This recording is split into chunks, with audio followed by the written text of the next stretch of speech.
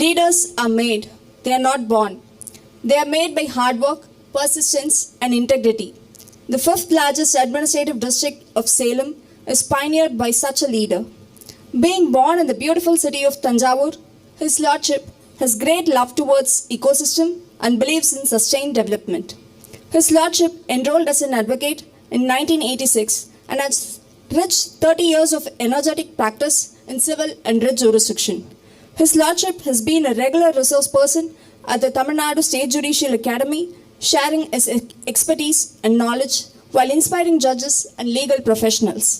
His Lordship has always been insistent upon the difference between being updated on recent citations and enrichment of knowledge. With no further delay, I now invite the epitome of civil jurisprudence, Hon'ble Mr. Justice R.Subramanian, Judge, High Court of Madras, to grace the session with his presidential address.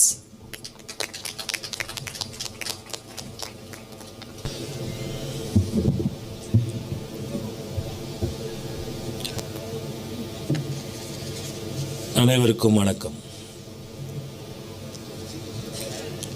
எனது சொந்த ஊர் தஞ்சை மாவட்டம் என்று அனைவருக்கும் தெரியும்.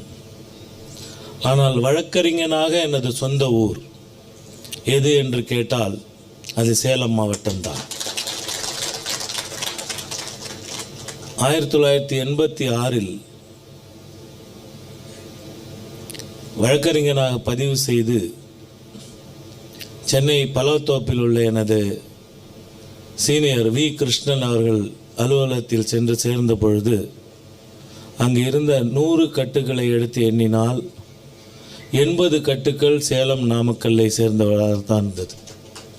அதனால்தான் சொல்கிறேன் சேலம் மாவட்டம் எனக்கு வழக்கறிஞராக பிறந்த ஊர் என்று. I have taken the liberty to skip the formalities of addressing everyone in the gathering because I am the last speaker, and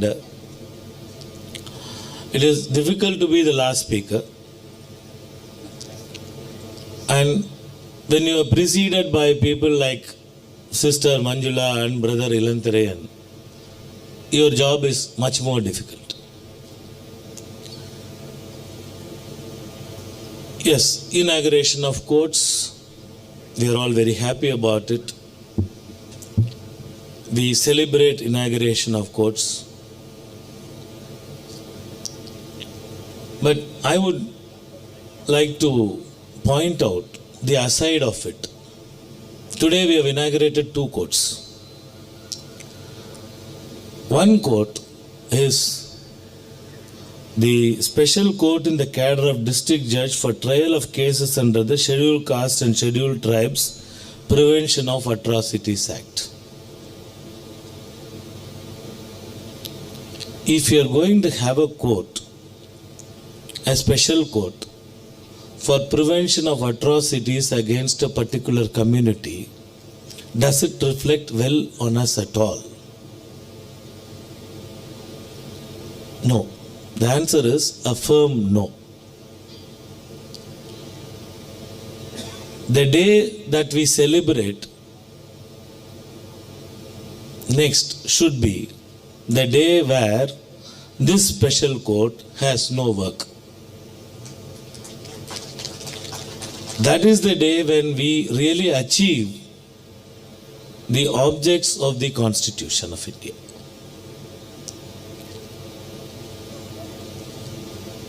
Inauguration of these kind of courts, particularly the family courts and these kind of courts, to special courts to have a watch over the behavior of the people towards a particular community or to address the family disputes, these do not augur well in the community at all. The community should take pride in saying that these courts do not have work in our system. That will be the day which we should celebrate, not the day of inauguration of these courts. Of course, as lawyers we are happy, as judges we are happy, we have one more court. But the real happiness will come only when the real cause for celebration will be only when these courts do not have work. It's really, sometimes when I was sitting in the family jurisdiction in Chennai, it was really, I felt very bad. Sometimes I felt sleepless nights because you see the mounting arrears in the family courts. The more number of cases in the family courts, what does it reflect? It reflects our lack of compassion, our incompatibility. Both sides. I'm not saying the women or the men, both. Both ways there are difficulties. When I enrolled in 1986, the family court cases, these divorce cases will be taken up in the 6th judge of the city civil court. That too on one day in a week. Today, the figures are mind-boggling. We have 8 family courts in Chennai, and each family court has over a pendency of 7,000 cases. That is nearly 56,000 cases, family court cases in Chennai alone. Imagine, of course, if you take the population of India, take the number of marriages that are happening, this is a very negligible percentage. But even that negligible percentage is worrisome.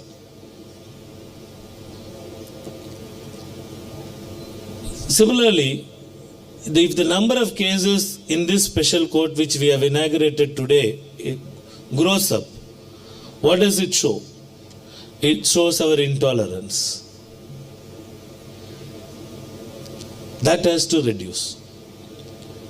So, while we work in these courts, yes, we have to work in these courts. Those persons, those who are charged with offences under these acts are also entitled to defense. Yes, we must provide them better defense, better working environment. All that is there. But at the same time, the lawyer community, which has the influence, which is capable of having an influence on the people, should work towards addressing these causes and nipping them at the bud so that the number of cases in these courts reduce. That would be a great service by the lawyers to the society. And coming to Salem Bar Association, we have inaugurated the law chambers today. And let us move to a little happier side now. When Salem Bar Association is one of the oldest bar associations in Tamil Nadu, and we have had illustrious leaders who have practiced from Salem, like Rajaji, Salem Vijayaraghavacharya, and his son Govindarajan, Mr. G. Chokkalingam, Mr. G. Narsimhan, Mr. S. N. Srinivasan, Mr. Patsardi, Mr. A. Kandasamy, not to mention Mr. Sankara Mudaliar, former president of the Bar Council of Tamil Nadu and Pondicherry. And then in my days, Mr. A. Nityanandam, Mr. M. S. Narayanan, these are all people who were seniors when I started practicing. The others, up to Mr. Sankara Mudaliar and the others, they were elders. They were all there before I came into the bar. To my knowledge, we had Mr. Perumal, who is happily here, and Mr. Rajashekaran. A lot of these leaders of the bar, many, P.T. Durai Swami was there, a very gentleman lawyer. They used to call him a gentleman lawyer. And my friend Shivakumar's father, Mr. Durai Swami, who was a public prosecutor. A lot of people. If you mention Salem, you have a lot of these big names. And the younger generation should also keep up to that level. I had come and given lectures in this bar association when Mr. Rajashekaran was the president. And then A. Kandasamy used to come and sit in the front row with the book. I told him, sir, please don't come. I am nervous. He said, no, I want to listen to you. I will come and sit in the front. And that was the encouragement we had. though I was much younger. He was a doyen of the bar even at that time. But he encouraged me by saying that he came and sat in the first row with the book in his hand. And he started asking questions. These kind of things must, I don't know whether you are doing that as a practice now, or I would request Mr. Vivekanandan to start that practice. Invite lawyers from Chennai or experts from Delhi also. You can do it. It is not going to be very, it is affordable for you, a big association. You can still do it. Invite them or invite your own seniors. Senior members of the bar can address the juniors. Tell them how to. See, these are all things why எதுக்காக நம்ம அந்த junior வச்சுருக்கோம், ஜூனியராக இருக்கணும்னு எதுக்கு வச்சுருக்கோம். முன்னாடி apprenticeship இருந்தது, இப்போ அது இல்லை. எதுக்கு ஜூனியராக இருக்கணும்னு வச்சுருக்கோம். நான் வக்கீலான புதுசில் ஒரு கேஸ், ஒரு இன்ஸ்டன்ஸ் சொல்கிறேன். அந்த ஜட்ஜும் இந்த சேலம் மாவட்டத்தை சேர்ந்தவர். நான் வக்கீலான புதுசில் ஒரு அந்த எங்கள் சீனியர் ஒரு கட்டை கொடுத்து நீ போய் நடத்துகிறான்னு சொன்னார். அட்மிஷன் ஒரு சிஆர்பி. நான் போய் கடன்னு கேஸை பேசினேன். அந்த ஜட்ஜி, no I don't see any point in your case. I don't think it deserves admission. I just sat down. ஏன்னா கேஸை நடத்தணும், அவர் முடியாதுன்னாரு. நான் உட்காந்து பக்கத்தில் ஒரு லாயர், பெப்பின் ஃபெர்னாண்டோன்னு ஒரு லாயர். அவர் வந்து திருநெல்வேலிக்காரர். அவர் என் பக்கத்தில் உட்காந்தார். அவர் அந்த டிப்பிக்கல் திருநெல்வேலி பாஷையில் தான் பேசுவார். இப்படி என் டாக்கெட் அப்படி பார்த்து எங்கள் சீனியர் பேர் மேலே இருந்து, அவங்க திருநெல்வேலியிலலாம் அந்த வாள்னு போட்டு பேசுவாங்க. சாமி வாழ் ஆஃபீஸா அப்படின்னாரு. ஆமாம். எப்போ என்ரோல் பண்ண? 6 மாதம் என்ரோல் பண்ணி 6 மாதத்துக்குள்ளே டேட்டு சொன்னேன். அதான் இப்போ தள்ளிட்டார்ல உன் கேஸை. ஆமாம். இப்போ நான் பேசுகிறேன் பாரு, உன்னை விட எனக்கு பேடு கேஸு, நான் பேசுகிறேன் பாரு. எனக்கு ஒன்றும் புரியல. நான் எந்திரிச்சு போகிறதா இல்லையா அப்படின்னு. உட்காரு அப்படின்ட்டு. சரி எந்திரிச்சார். அதே மாதிரி no mister Pepin, what is that? That's nothing. ஐயா அப்படி சொன்னால் நான் என்ன பண்ணுறது? இப்படியே கேட்டார் நேரா. ஐயா அப்படி சொன்னால் நான் என்ன பண்ணுறது? What is this Pepin? No. ஒரு நோட்டீஸ் ஆஃப் மோஷன் போட்டால் நான் பழப்பேன். சிரிச்சிட்டார். ஜட்ஜி சிரிச்சிட்டு alright, yes notice of motion. அடுத்தது சரி இதோட விடுவாரான்னு பார்த்தா இல்லை. ஒரு ஸ்டே கொடுத்தா இன்னொரு வக்கீல் பழைப்பான். Come on Pepin, what is? Yes at it, interim stay. வந்துட்டு ஏமாந்தான் பத்தியா, உட்காரும் போதே சொல்றாரு ஏமாந்தான் பத்தியா. இதான் அதாவது அந்த அட்வொகசி கற்றுக்கணும். நம்ம வந்து ஃபர்ஸ்ட் திங், இப்போ ரீசெண்டாக I was sitting on the bench. ஒரு கர்நாடகா ஹைகோர்ட் வக்கீல் ஒருத்தர் ஒரு கேஸ் மெட்ராஸில் ஃபைல் பண்ணியிருந்தார். அவர் ஹைகோர்ட் ஜட்ஜ் ஆகிட்டார் தெரியும். அவர் பேர் என் லிஸ்ட்டில் வந்துச்சு. நான் என்ன பண்ணேன், அதை அந்த ஜட்ஜு எனக்கு ரொம்ப ஃப்ரெண்டு. அது வாட்ஸ்அப்பில் எடுத்து அவருக்கு அனுப்பிச்சேன். ஸ்டில் ப்ராக்டிசிங் இன் மெட்ராஸ் ஹைகோர்ட் அப்படின்னு போட்டேன். would love to sir, miss my lawyering days. If you permit I will come and appear னு போட்டார். அதுக்கப்புறம் அவர் போட்டிருந்தது எனக்கு ரொம்ப பிடிச்சிருந்தது. அதாவது as a lawyer நம்ம என்னென்ன பண்ணுவோம். First thing, reading the brief. Second, expect what the opponent will say.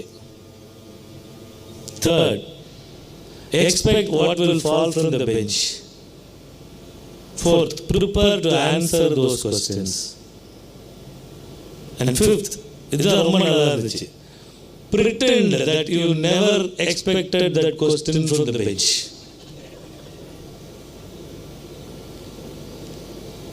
இதெல்லாம் இவ்வளோ திங்ஸ். இப்போ நம்ம வந்து கட்டு படிக்கிறது மட்டும் இல்லை, கட்டையும் படிக்கணும், எதிரி என்ன சொல்லுவான்றதையும் யோசிக்கணும், ஜட்ஜி என்ன கேட்பாருன்றதையும் யோசிக்கணும், அதுக்கு பதிலாக தயாராக வச்சுக்கணும்.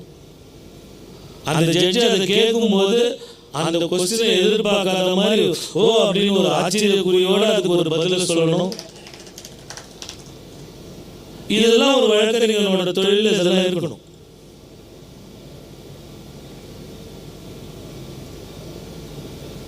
இன்னொரு பெரிய வக்கீல் இருந்தார், ரொம்ப senior lawyer, contempt of court, ரொம்ப டஃப்பான பெஞ்ச். அவரோட கிளைண்ட் கண்டெம்னால வர சொல்லிட்டாங்க. வர சொன்னா அவ்வளோதான், அடுத்தது நேராக ஜெயில் தான். அந்த பெஞ்சில் வந்து கண்டெம்னார் வந்தால் நேராக ஜெயில். காலையில் ஃபர்ஸ்ட் கேஸ் போட்டுருக்கு 10:30 மணிக்கு. இவர் ரொம்ப சீனியர், டெசிக்னேட்டட் சீனியர் அட்வொகேட். நேராக வந்தார் காலையில் 10:15 மணிக்கு. வந்து அந்த ஹைகோர்ட்டில் ஸ்டெனோகிராஃபருக்கு நேராக கீழே போய் அந்த பெஞ்சு கிட்ட அப்படியே நின்றுந்தார். அவங்க 2 பேரும் வந்து உட்காந்தாங்க. இப்படி கீழே பார்த்தாங்க, இவர் நிற்கிறாரு. What are you doing here? Looking for your lordship's lotus feet. இப்படி சொன்னார், looking for your lordship's lotus feet. No punishment, warning, let off. போயிட்டா வெளியே வந்து தப்பிச்சாடா போடா அப்படின்னு. See, இந்த மாதிரி that presence of mind, அதெல்லாம் நம்ம சீனியர்ஸ்ட்டை கற்றுக்கணும். எதுக்கு நான் சீனியர் ஆஃபீஸ் போகணும்? எதுக்கு போகணும்? நான் தான் பிஏ டிகிரி வாங்கிட்டேன், நேரம் வருது. என்ன ஆகும்? நீ அந்த மாதிரி வரலாம், தப்பு இல்லை. ஃபார் ஜூனியர் லாயர்ஸ் அந்த மாதிரி வரலாம், தப்பு இல்லை. ஆனால் அந்த அரியா பருவத்தில் நீங்கள் செய்கிற ஒரு தவறு அந்த கட்சிக்காரனை மொத்தமாக கல்வி பண்ணிட்டு அதுக்கப்புறம் எந்திரிக்கவே முடியாது. அந்த மாதிரி நிறைய கேஸஸ் நான் பார்த்துருக்கேன். இப்போ கூட பெஞ்சில் உட்காந்து அந்த வக்கீல வந்து என்ன செய்யறது, திட்டுறதா அழுறதான்னு எனக்கு தெரியல. 96 லட்சம் ரூபாய்க்கு அக்ரிமெண்ட் ஆஃப் சேல், 30 லட்சம் ரூபாய் அட்வான்ஸ்.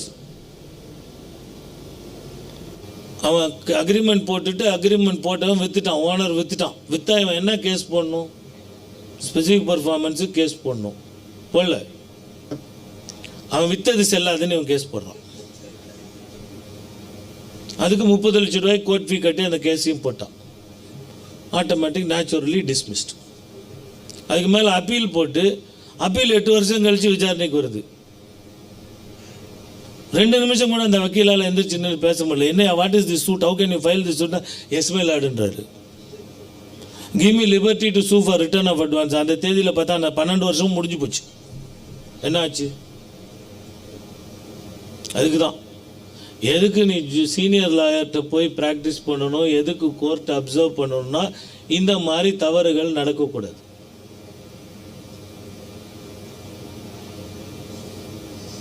நாமக்கல்லில் ஒரு வக்கீல் இருந்தார். அவர் வந்து அவங்க அப்பாவை கேட்பார், அவங்க அப்பா வக்கீல், அவங்க அப்பாவை கேட்பார். அவங்க அப்பா வந்து இதாண்டான்னுவார். இது ஒத்துக்க மாட்டார். நீ வேணா சுப்ரமணியனை கேளுவார். அவர் உடனே எனக்கு ஃபோன் பண்ணுவார். சார் இது என்ன சார் இது? இல்லைடா இது கோர்ட் ஃபீ இப்படி தாண்டா கட்டணும். என்ன சார் நீங்களும் அவர் மாதிரியே சொல்கிறீங்க? அது நான் அவர் மாதிரியே சொல்கிறேன். அந்த கோர்ட் ஃபீல மிச்சம் 7.5% மிச்சம் பிடிக்க போய் 100% தோத்துட்டு நிற்பேன். அதனால தான் சொல்கிறாங்க அப்படின்ட்டு. அதில் நிறைய இன்ட்ரிகசிஸ் இருக்குது. நம்ம வந்து அதில் வந்து நிறைய இவங்க வந்து பர்மனெண்ட் பொசிஷன் சூட்டு போடுற இடத்துல பர்மனெண்ட் இன்ஜெக்ஷன் சூட்டை போடுவான். இதெல்லாம் பிரச்சனை. இது வந்து என்ன ஆகும்னா பை த டைம் 30 வருஷம் ஓடி போயிடுது. ஒரு ஸ்டேஜாக தாண்டி ஹைகோர்ட்டில் வந்து என்னடா இது. அப்புறம் நாங்கள் போய் விளையாடு permit me to sue for position விளையாடு. அவரும் எஸ் ஆல்ரைட்டு இதை கொடுத்துரும். அப்புறம் திருப்பி ஆரம்பிக்கும். இது 30-20 வருஷம் வேஸ்ட்டாக போய்டும் இந்த இதில் நடவடிக்கையிலேயே. அதனால் அந்த மாதிரி இருக்குது. அதனால தான் வந்து ஜூனியர்ஸ் வந்து சீனியர்கிட்ட போகணும். சீனியர் சொல்லிக் கொடுப்பாங்க. சில சீனியர்ஸ் சொல்லிக் கொடுப்பாங்க, சில சீனியர்ஸை பார்த்தே கற்றுக்கணும். எங்கள் சீனியர்ட்டெலாம் போய் உட்காந்து பேசலாம் முடியாது. கட்டத்துக்கு கையில் குத்தாருன்னா போய் நடத்த, அவ்வளோதான்.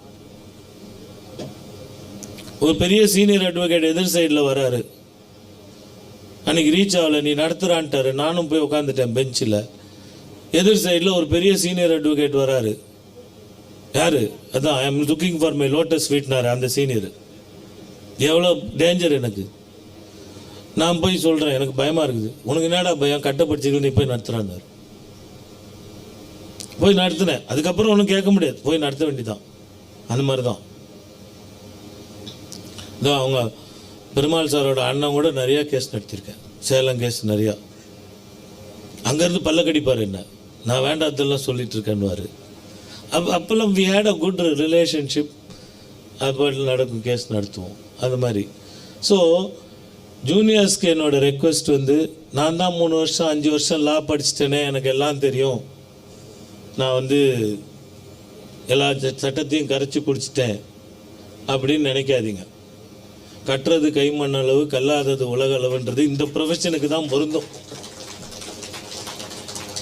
இன்றைக்கி நான் இந்த ஜட்ஜஸ்க்கு ட்ரைனிங் வரும்போது கூட நான் சொல்லுவேன், ஒரு வக்கீல் வந்து செக்ஷன் 151 சிபிசின்னு படிக்க ஆரம்பித்தாருன்னா நீ எடுத்த கூட படின்னுவேன். ஏன்னா அது ஒரு நாள் படிக்கும்போதும் ஒரு பரிமாணத்தில் வளரும். As a 1 year old lawyer 151 படித்தா அதுக்கு ஒரு மீனிங் கிடைக்கும். ஒரு 20 வருஷம் ஓல்டு லாயர் 151 படித்தா அதோட பரிமாணமே வேறு மாதிரி இருக்கும். அதனால் இதை வந்து நம்ம வந்து என்றைக்குமே எல்லாத்தையும் கரைச்சி குடிச்சிட்டோன்னு மட்டும் நினைக்கக்கூடாது. சிவில் என்சைக்ளோபீடியான்னாங்க.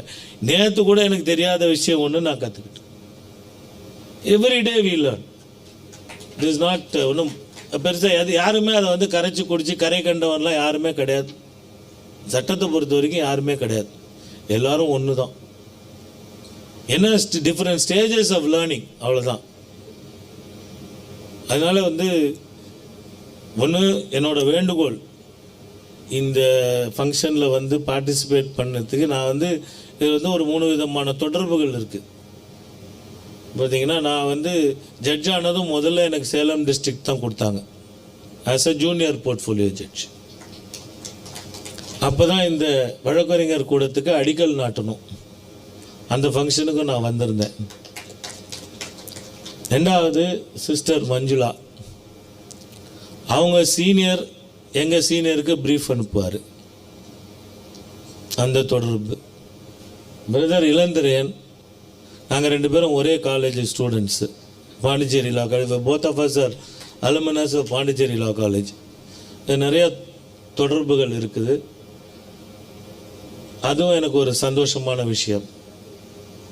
இதை வாய்ப்பளித்தமைக்கு சேலம் வழக்கறிஞர் சங்கத்திற்கும் சேலம் மாவட்ட நீதிபதிக்கும் நன்றி கூறி விடைபெறுவதற்கு முன் உங்களுக்கு ஒரே ஒரு ரெக்வெஸ்ட்டு.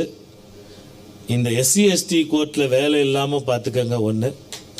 2வது, ஜூனியர்ஸ் கோர்ட்டில் உட்காந்து சீனியர்ஸ் எப்படி கேஸ் நடத்துகிறாங்க என்னன்னு அப்சர்வ் பண்ணுங்கள். அதுவே ஒரு பெரிய லேர்னிங். தேங்க்யூ.